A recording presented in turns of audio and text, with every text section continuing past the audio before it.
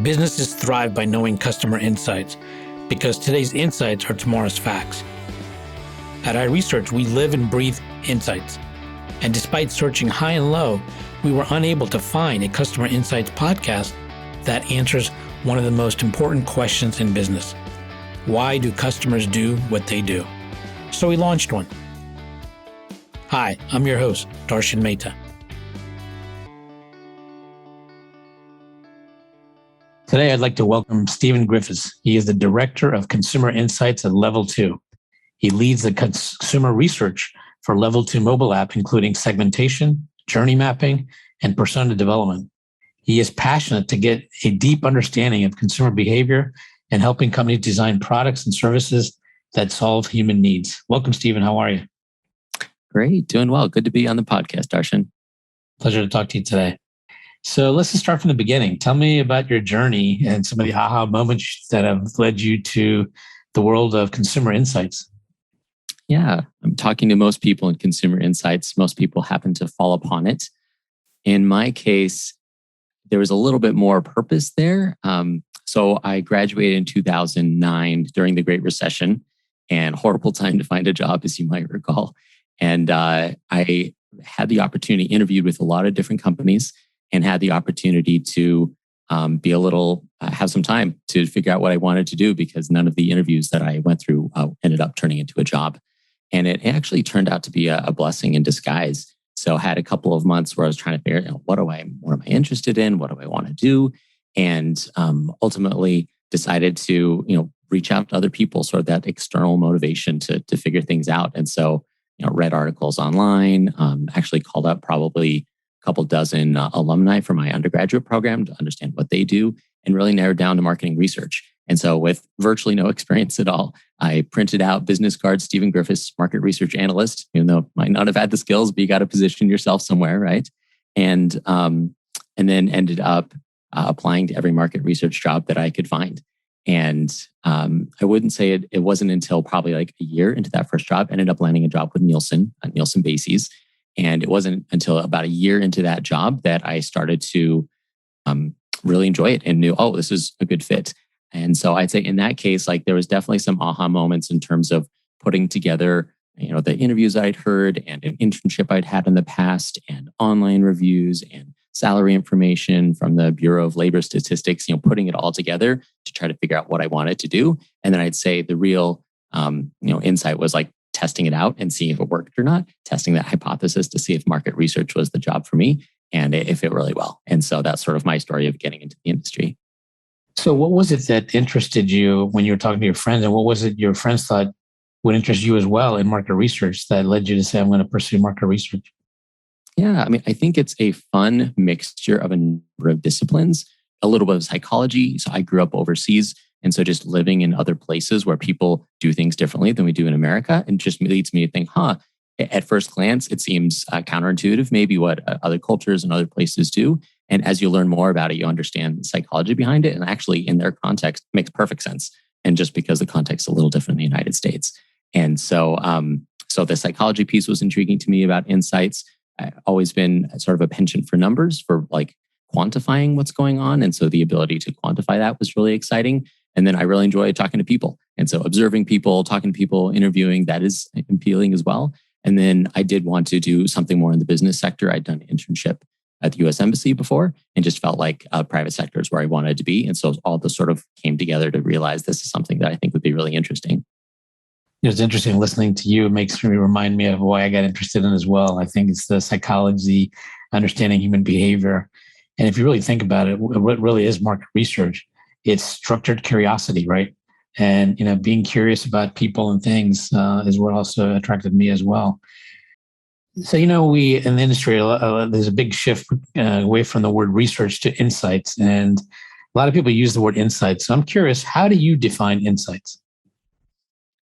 Yeah, I think insights is a little broader than market research, right? So this is anything that you uncover about the marketplace, about your customer dynamic, even about business processes that maybe requires a little thought and research behind that can really help the business grow.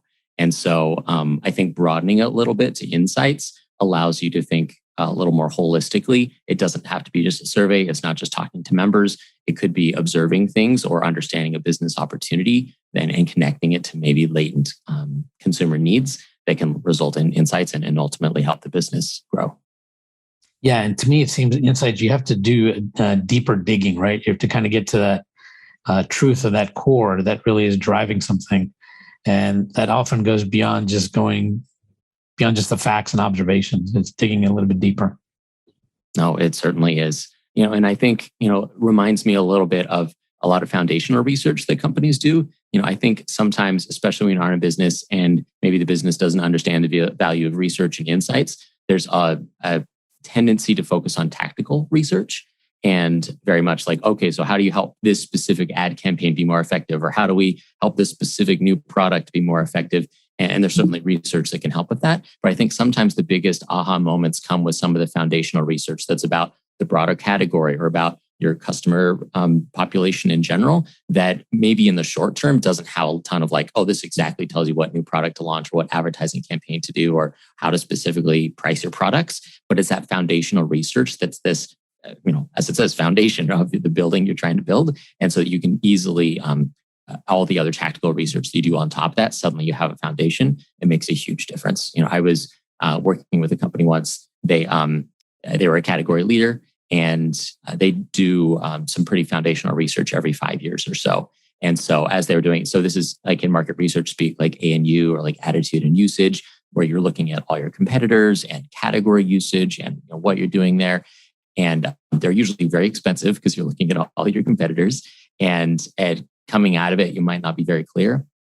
In this case, they actually recognize that so this is cleaning supplies, that some of the devices that were used around the home had upgraded since they'd last done their 5-year foundational study. And so they really needed to change the formulation of their cleaning products in order to work well with those cleaning devices. And so it really led to some pretty foundational changes for how they formulated the products and how they marketed them, and was a huge opportunity. So it wasn't specifically like you talk to one person like, oh, I would like you to reformulate things. No, of course not. But when you understand like, wow, the ability to clean with these new devices was less effective than it was 5 years ago. And like, I wonder why that is. Oh, it's because like people are buying different things in their homes. And so we need to reformulate our products to do that. And so there's some of that. That's actually a great example of a very tactical insight that comes from foundational research. You don't always have that. But I think it's a good reminder that sometimes these really expensive studies that give you this underlying knowledge can be really powerful. So what are 3 ways that you've uncovered aha moments and valuable insights? And maybe you can give us some examples. Yeah, happy to. So, the 3 ways I'd say are external inspiration. The second way would be creating a body of knowledge. And the third one I'd say is this fast iteration in the real world to understand and uncover insights. When you think of external, so I remember working on the snack bar category for General Mills. And at that time, there's a lot of trends going on in the food, and there always is. But at that time specifically, there was a big high protein, low sugar. And so as we thought about like, how does that come to life and how do we think about that as a snack bar manufacturer, we looked competitively. And I specifically was like, okay, I got to understand what's happening in the external environment. And so looked in like ice cream with Halo Top ice cream, and looked in yogurt with 000 yogurts out there. So it's like low sugar and high protein kinds of offerings, and was able to put all those along with like consumer sentiment and interviews and what are people saying on social media, and sort of putting it all together to realize like, okay, what's the insight here? And we realized that this like high protein, low sugar way forward was a really viable way to go, and ultimately led the Fiber One brand to launch a sub-brand called Protein One that was really effective. Like it was hard to keep up with supply that first year it launched because it's just selling off the shelves so quickly. And it was really fun in those situations to realize that external insight allows you to get insights. A lot of times when we're working in categories in our market, if we just look at our close-in competitors, it's hard to come with something really new because there's often a lot of similarities among them. And so looking to a totally unrelated category or totally unrelated business model and bringing that in is a really good source of insight. Were you guys also looking at what was driving that? Because I would speculate what was driving that is losing weight as well as having a quick snack before or after a workout. Was that what was driving that? Yeah, it's super interesting. A lot of those products market themselves as sort of bodybuilding and staying in fit and muscle building, and that's certainly there. But I think we did find this subculture of people who then used a lot of those bodybuilding sort of marketed products to say, hey, I actually want to use that to manage my weight, right? Maybe I can eat this one bar, this high protein, and then not have to eat as much food, and maybe it'll keep me fuller longer. So this idea of more satiety was definitely a cue, even though the marketing was all about, athletes and, extreme sports. Most people aren't consuming it that way, but it was clearly looking for those same benefits. And so that was helpful also to communicate to the marketing and brand teams so they could say, oh, this is relevant for us because, Fiber One at the time was not a, athlete only brand. And yet it could still very clearly resonate with their members and their consumers. Mm-hmm.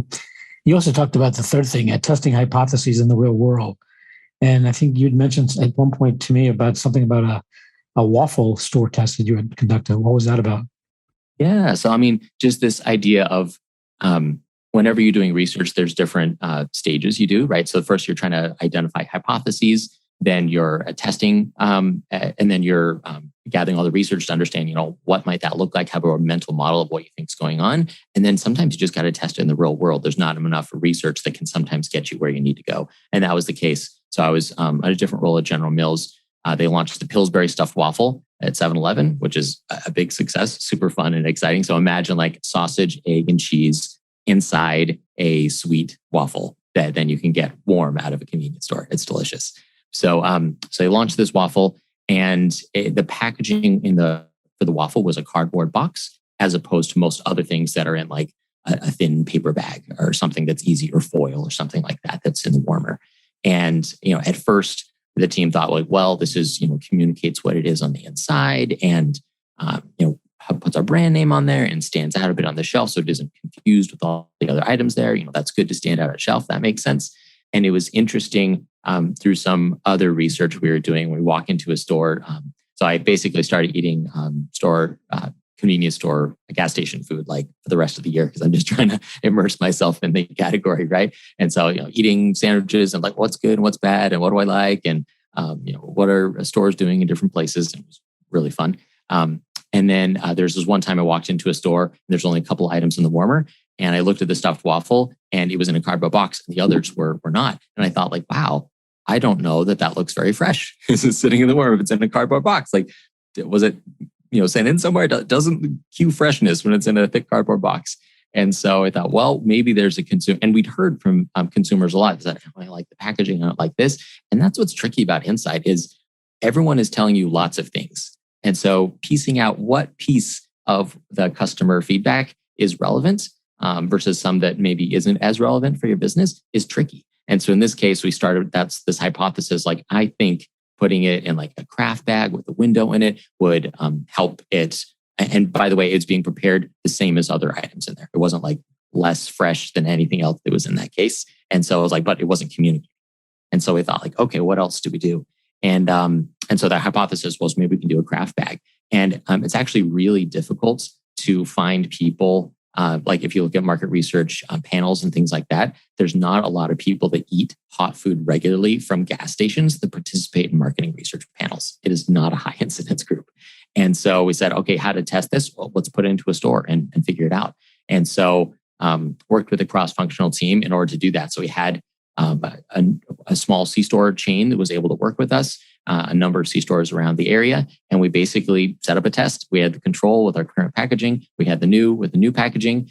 We had to control a number of variables and talk to managers and make sure the waffles were shipped in the right places and all that logistical stuff. And ultimately decide, okay, which one actually sells better, and found that our hypothesis was correct, that quantitatively it sold as good or better than the boxed one. So that was a pro for the new packaging. And qualitatively, we talked to food service managers and store managers, and they also preferred the craft bag that was thin with the window on it versus the cardboard box. And so it was sort of a win across the board. And then members and consumers, I should say, who went into stores and were looking at it also had that positive feedback for the craft bags. We thought, great to make the switch. And they're often, and it actually led to 20% package savings because the craft bag actually not only was more consumer first, but was also more affordable. And so that was great to have a win-win in that situation. So once again, it's this situation where like we couldn't do enough tests to really feel confident about what we had to do, and sometimes need to go into the real world to understand what's what. Yeah. And I think you mentioned a couple of interesting things. One is you said it's sometimes hard to ferret through the noise. So what tips would you give someone to kind of get to an insight and recognize that this is actually an insight versus noise? Are there any tips you tell young, people coming into the insights world that, hey, this is the way you kind of do it since you've had years of experience now? Yeah. I mean, it's not easy, right? I mean, I think there's a reason why good insights professionals have a job. It's not always clear.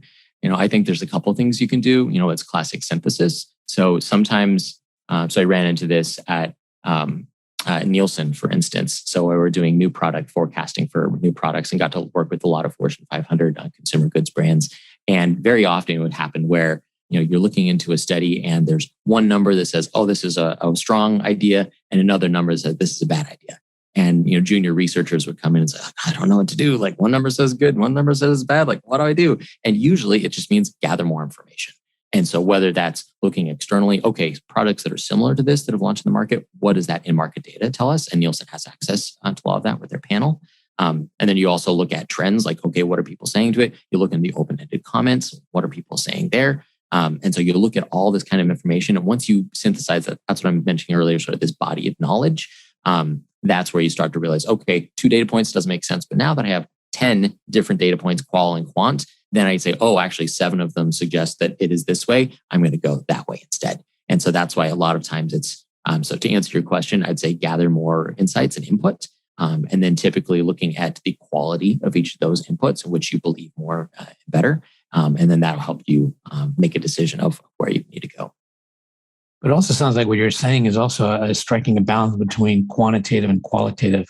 And have you kind of figured out what that kind of balance is? I know it varies by product and industry and stuff, but I'm just curious, have you kind of said, we should usually try to strive for this kind of mix between the two? Yeah. I mean, traditional marketing research would say, generally, you start qual first to understand some of the big themes and whys behind things. And then once you identify the key variables that you're sort of debating about, then you can do quantitative research. The reality is that there's a cycle back and forth, right? Sometimes you'll go, in the case of the stuffed waffle, for instance, where, maybe quant information says one thing and you want to have qual to understand, is there anything else that we're not understanding? I have been on projects before where, quantitatively, things look really good. But when you understand the qual behind it, you realize actually there's a reason that maybe isn't easy to measure, isn't easy to quantify. That's actually a big factor here that we should keep in mind. And so it really just depends on the situation. It's not like one trumps the other. It's definitely hand in hand. So why are consumer insights important for designing products and services? Oftentimes people say you really can't ask customers about how to design a product or service. But I think you would say it's actually quite important to gain insights for that as well, right? Yeah, it's certainly important. I think a lot of times, and Apple's famous for saying this, right? That, oh, don't listen to marketing research. They would never tell you what you need to know. And in some ways, when you're thinking about frame-breaking innovation, there's some truth to that, right? Most of us are accustomed to the environment that we're in, and it's hard for us to imagine that future. We're very good at maybe giving little tweaks based on our environment, but if you want big changes, sometimes that's harder.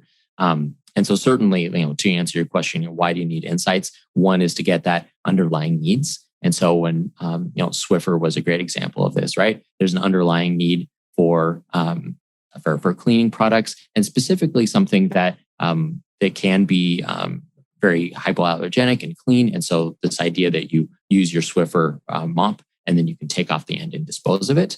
So it was like a big idea. And so it's this underlying, if you'd ask anybody, what kind of mop would you like? They would never articulate Swiffer, right? But if you're like, oh, I need something that goes around corners and can go under things really well and is actually like reach way under that dining room table on my hardwood floor. And so they thought, oh, well, what if we had something that was extendable? And then and I hate, it's a big pain point for mops, right? I don't know, get it into the water and rinse it off and get the bucket and all that stuff. And so I thought, oh, well, if it's disposable, then it's a lot easier too. So it's this understanding of what are the underlying needs of the need to reach, the need, easier cleanup, easier prep. And then they said, okay, well, Swiffer meets all of these needs. And it was very successful and a very fast buy-in. And in the consumer goods cleaning world, it's like held up as a case study for a lot of things because it's been so successful in meeting those underlying needs.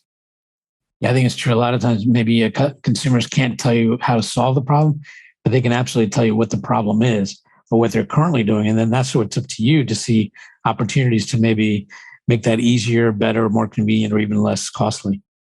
So tell me a little about your role at Level2. You're the Director of Consumer Insights. What does that role entail?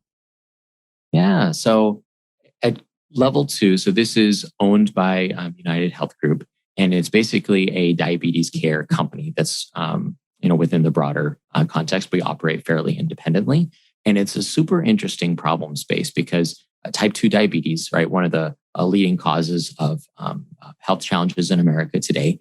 And what's interesting about type 2 diabetes is it's primarily caused by lifestyle choices. And so talk to any doctor, the best way to work through type 2 diabetes is lifestyle changes, changing diet, changing exercise. And that can massively alleviate a lot of the symptoms of type 2 diabetes and actually get you into remission. And so that's basically the approach that Level2 is taking, is saying, how do we help people? It's this like incredible opportunity, right? People want to get healthier. That's a big goal for them. Specifically not being on sometimes the side effects for medications for type 2 diabetes are not pleasant. And so like they want to get off their medication. They want to get healthier. Doctors want them to make the lifestyle changes to get healthier as well. Hospitals and payers and insurance companies, they don't want to shoulder the significant costs that come in as well. And so everyone is like, hey, we all want to help members make lifestyle choices, including the members themselves. How do we enable them to do that? And so that's what Level2 is all about. So we provide a glucose monitor that people can wear. It sends 5-minute updates to their phone so they can understand what their blood sugar is. And that allows them to see, if I eat this, if I exercise here, what does that do to my blood sugar? And that alone makes a huge difference for people seeing the effect of what their choices are having on their health. Also, activity tracker, we have a mobile app. And so we have lifestyle coaches that are working with our members. So how do we give the coaching, the support, the feedback in order to make and help them make their own choices? And ultimately, every member's journey is different. And so what's so exciting about consumer insights is it's not like a one size fits all. It's, hey, for this member, maybe it's doing steps while they're watching television, and that makes a big difference for them. Maybe it's just switching out the four bowls of ice cream for like half a bowl of ice cream during lunch and then going walking afterwards. How do we make these little changes in order to better address and become healthier? And it's made a big difference. So it's super fun working on the voice of the customer and really hearing feedback from our members and incorporating it into the experience here at Level2. So I guess what you're saying, you try to segment the market into different personas and stuff. Is that correct? Yeah, that's definitely part of the work. And it's very different in the healthcare space versus consumer goods. Consumer goods is interesting. Most categories can be consumed by anyone. If you think of granola bar, you think of laundry detergent, like pretty much like your household penetration is like 90+%, right? For a lot of these things. And so it's interesting.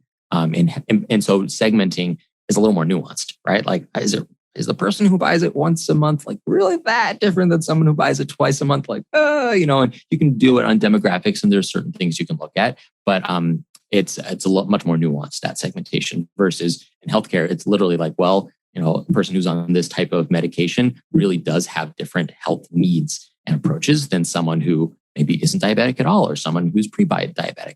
And so understanding those different nuances makes it a lot easier, and the needs are much clearer in terms of creating personas and creating segments. Yeah, because I think you have an interesting challenge. You're not only designing products, but you're also designing communication, because even if people want to have better health, it's actually getting to actually make lifestyle changes. And that's where the challenge is, right? Is how do you actually communicate that? And I guess in order to do that, you really have to find different segments that are open to different types of messaging. Can you give me an example of maybe 2 different segments and how you do different messaging to them, just to get an idea? Yeah, I think there's a lot of different ways of cutting it, right? So there's all health-wise, right? So someone who is on a lot of diabetes medications and really working to stop that, that's a different segment. You might message things differently versus someone who maybe is on one diabetes medication, the side effects aren't that significant. So for them, the motivation to get off medication isn't the same. And so you would message differently to those groups and treat them a little bit differently based on what their needs and what they're looking for. I think the other way to segment can also be based on communication and outreach, right? So, classic example, people who will read every email you send them. So that's a segment versus people who like won't read emails. And so maybe it's just in-app notifications that makes more difference. Or some people that it's through their level 2 coach and you got to communicate stuff to the coach and they pass it on to members. And that's an easy way for it. So I think there's a lot of different ways to segment the market. But you're exactly right. Messaging is one way. The types of products and services that are offered is another way. And sort of putting that all together, that's part of the fun of creating a segmentation for a business. Mm-hmm. I think you previously said that having an analytics mindset is crucial to succeeding in market research. Are there certain steps that you take to develop this type of mindset, or is this something you've done over the years that honed in your skills a little bit further with analytics? Yeah, so analytics is really important. I think when you think of the steps of analytics, you're cleaning the data. So if you have like a big data set, you're going to do analysis on it or build a model for it. You're going to clean your data. You're going to have some sort of like hypothesis for what's doing what, like have a mental model. Oh, I think that this plus this is going to lead to this outcome. And so you have that mental model for it. Then you use all the data to train it. And then ultimately the big test comes when you implement it. So like, okay, does it actually work on this untested data set? Or when it's implemented into business, does it have the impact that you'd expect it to have? And so it's this analytic mindset of like hypothesis driven and then, getting outcome and then continuing to iterate on that, similar to the point about like fast iteration, I think is big. There's this lean startup book that's really focused on this like agile, fast iteration piece. And this has been a dynamic that's gone on for a long time, right? They're just articulating it well in the book. But I think that's going to have a big impact on our marketing research as well. And so, as I think back to, I worked on the cereal business at General Mills, we were trying to kind of come up with a new product. And so it was interesting within the new product development cycle, we do that over and over, where there's a hypothesis, you test it, okay, you get new ideas, make more tweaks, more hypotheses. And so through that, you test, over 100 different ideas and you narrow it down. You continue to tweak and pivot and make changes over iteration after iteration until you get to a much better idea that is viable in the marketplace. And so I think it's similar to that analytics idea of where you got to create a model, test it. Okay, try a new model, test it, try a new model, test it to really get to a model that makes sense. And it's the same thing in marketing research where you got to continue to iterate to get there. And it's super exciting. One of the products that I worked on in the cereal division, they actually launched a new brand called Plentiful. And so imagine like a really good, healthy flake that is then covered in peanut butter and not like a super sweet peanut butter, but just a little more savory, got some sweetness to it. And a nut and seed cluster. So it's really getting after this job of like something that's really tasty and delightful, but also can keep you full, which is one of the challenges with breakfast cereal today. And so it was really fun seeing that all come together. And I think it was rated like a 9 out of 10 stars from the top cereal reviewers, saying it's one of the best peanut butter cereals he's ever had. So it was like super fun to put those things together, and you get a good product at the end because you've done so much iteration to get it there. It certainly was not in the first week of ideation. Nothing was close there. But as we continue to piece it and go and iterate, that's how we were able to land. So I think one of the things you do at Level 2 is you create customer journey maps, correct? Can you maybe tell our audience what is a customer journey map and why are they important? Yeah. So in the consumer goods world where I did a lot of my career, there's less journey mapping going on because you don't have a direct tie to some of your members. So if you think of your traditional consumer good, say I'm selling like a bathroom cleaning agent, right? Typically, I'm going to sell that to Walmart or Target, who is then going to sell it to a consumer. And so I actually don't have a lot of detailed information. I do studies and surveys on the site, so I have an idea who these are, but I don't like have a lot of information on them. And so as opposed to like a mobile app where you literally know everyone who's using a mobile app because they've downloaded the app. And so you're able, and usually they like volunteer to give, oh, here's my name and here's my email because I'm using your app. And so you have all that first party data. And so it's very different. And when you think of that first party data, suddenly this whole experience specifically with any tech product, so a website or a mobile app, and that's where journey mapping is super helpful. So to answer your question of like, what does that look like? Typically you go step by step in a member process of doing a certain task and then identifying where the pain points are. So think of a typical mobile app. Okay, so they open up the app and maybe every time they're prompted to put in their password and it's hard for them to remember their password. So maybe that's a pain point, right? Then they go into the app and they set their own goals. But actually the app didn't remember the goal they set 3 months ago, just the goal they set last week. Wouldn't it be nice to have the historical view of some of the other goals they've set? It's like, okay, there's another pain point there. And then, members like really love that they're able to see, this maybe a historical chart of what they've done with some of their other progress. And that's like really exciting to them. So you have this chart that you're able to have where you look at emotions at each of the stages. And then you can also identify where the pain points are. And then that allows you as a business to then you can quantify those pain points to understand which is most important. And then you know where to go after. And then whenever you're trying to add a new element to your mobile app or a new experience, you then think, okay, where does that fit in with this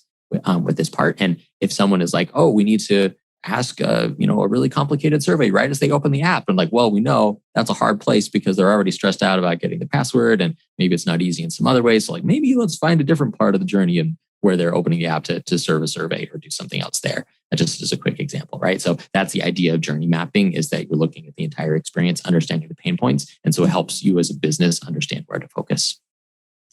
Having done this for a while now, when it comes to apps, are there certain core things you say, this is really applicable, these kind of insights, or this is really applicable across many apps? Are there certain things that you've kind of learned, like these are 3 core things that are definitely important to a successful app?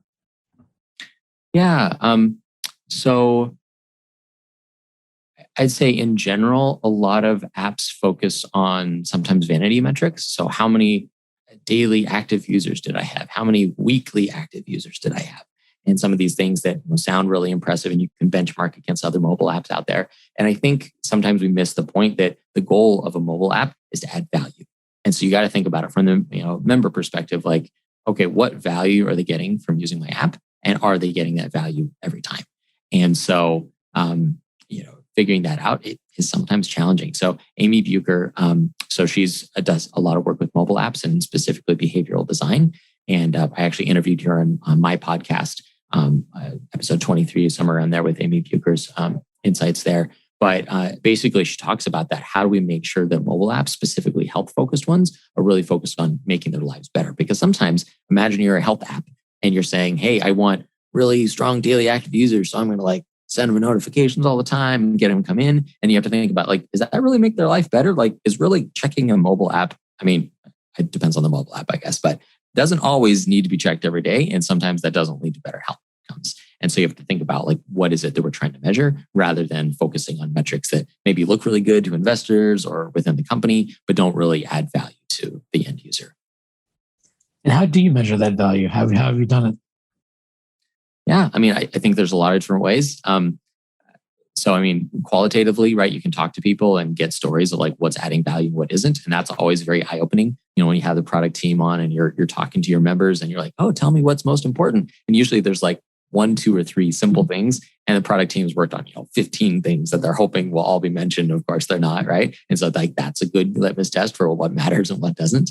And then obviously you can look at outcomes. So some health apps have people, add in their weight change over time or, whatever tracking measure there are. And so you can say, okay, does weight loss actually happen as they're using more of the app? And if, people use it every day and it doesn't make a difference for weight loss and that's the goal of your app, then okay, then that's a good litmus test for maybe how do we change that so we focus on the stuff that matters for that outcome. Mm-hmm.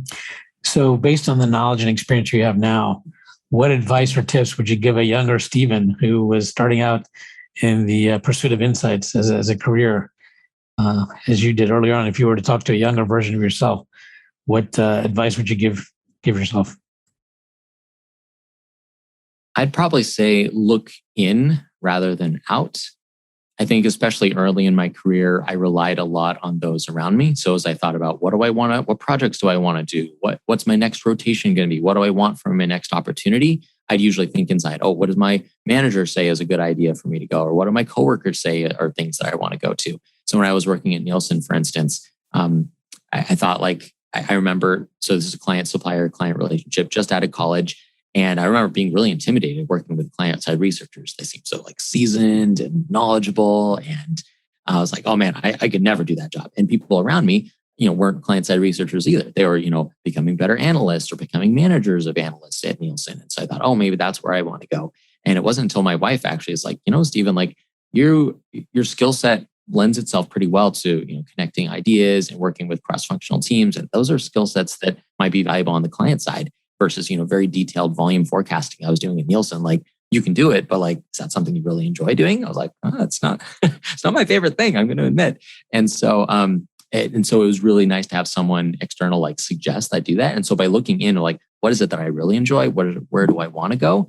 And sometimes that's very different than who you're currently surrounded with. And so ultimately that allowed me to apply to an MBA program that I knew focused on consumer insights, and ultimately landed me an internship at P&G and then a job at General Mills. And that's paved a way to the client side that I find much more satisfying than I had before. And so I think I wish I would have done that a little earlier, of like, rather than look external, look inside. What do I care about? What are my values? What do I really enjoy? And really having the courage to go after that. I think that's excellent advice. Have a little more confidence and think about what it is you really want to do. Exactly. What are some mistakes that you see businesses often make when it comes to pursuing customer insight research?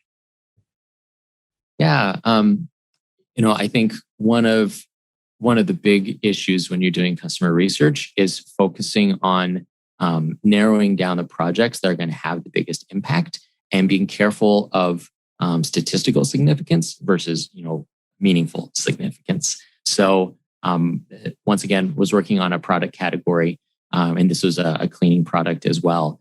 And basically, this brand was hoping to identify a new product that would appeal to this group of consumers that wasn't buying their brand currently, but would alienate their current buyers. So this is the classic trying to find incrementality, right? Oh, if I launch this product, I want only new people to buy this and not my current brand users to buy it. Every brand's been trying to do this since the dawn of time, right? For innovation.